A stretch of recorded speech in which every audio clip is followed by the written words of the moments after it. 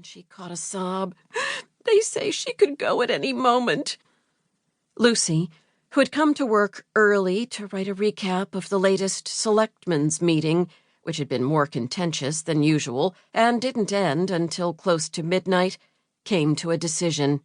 She shut down her PC and got to her feet, gathering up her bag and grabbing her jacket from the coat stand.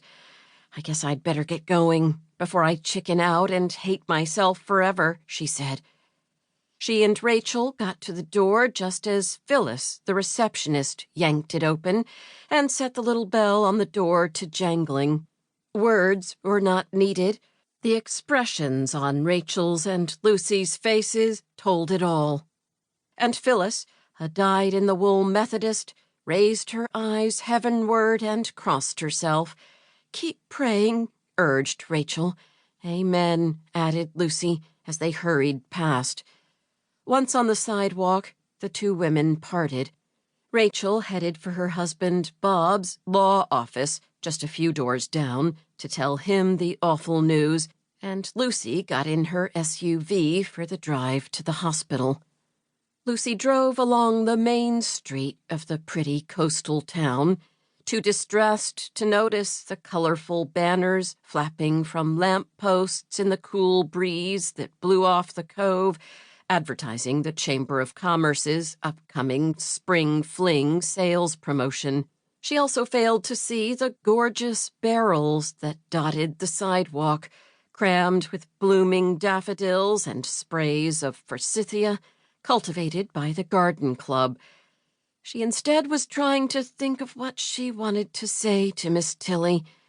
As she struggled to frame her thoughts, she realized she'd never been confronted with a moment like this, and wasn't at all sure what was expected. The truth was that although she'd lost beloved family members before, she'd never had a chance to say goodbye. Her father was the first to go, back when she was a young mother, too occupied with the endless demands of her growing brood to truly comprehend the gravity of the situation when her mother called to report he'd had a heart attack.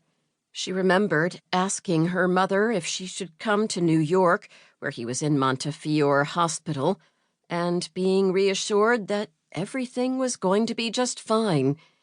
It wasn't fine, however, and her father died that very night, while she was pacing the floor with a crying, feverish toddler with an infected ear.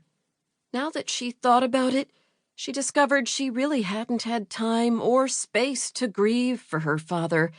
She was entirely caught up in the struggle to meet the needs of 3 young children, a nursing baby, and a husband struggling to get his restoration contracting business off the ground. She'd been too tired to cry, or, she concluded with a sudden insight, too afraid that if she started, she'd never stop. It was safer to stuff her emotions into some back drawer of her brain. If she acknowledged them, she feared she would be overwhelmed. After losing her husband, her mother had gradually slipped into dementia, becoming a vague, confused shadow of her former self. Lucy hadn't really understood what was happening, thinking her mother's confusion was due to her grief, until she'd gotten a phone call from her mother's doctor.